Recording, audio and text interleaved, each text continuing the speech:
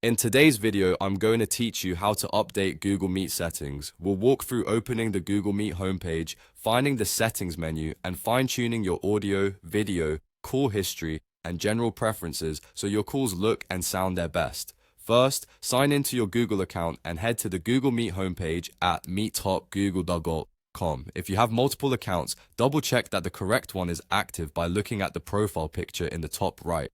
The page should show options like starting a new meeting or entering a code. If the site seems slow or things don't load, refresh the page and make sure your browser is up to date, as Meet works best in the latest version of Chrome, Edge, or Firefox. Next, open the settings panel. Look to the top right of the Meet homepage for the small gear icon near your profile picture. Click that to open settings. This is the control center where you'll adjust audio, video, call history, and general options. If you later open settings while inside a meeting, the layout will look similar, so everything you learn here carries over.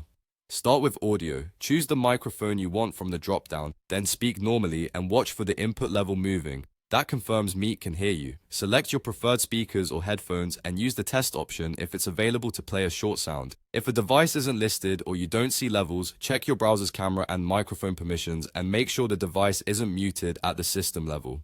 Move to video. Pick the camera you want to use and confirm the preview looks correct. If you're on a slower connection, lower the send or receive resolution to reduce choppiness. On faster connections, auto or higher resolutions will sharpen the picture. If you see options like low light adjustment or noise suppression, enable them if your environment needs it.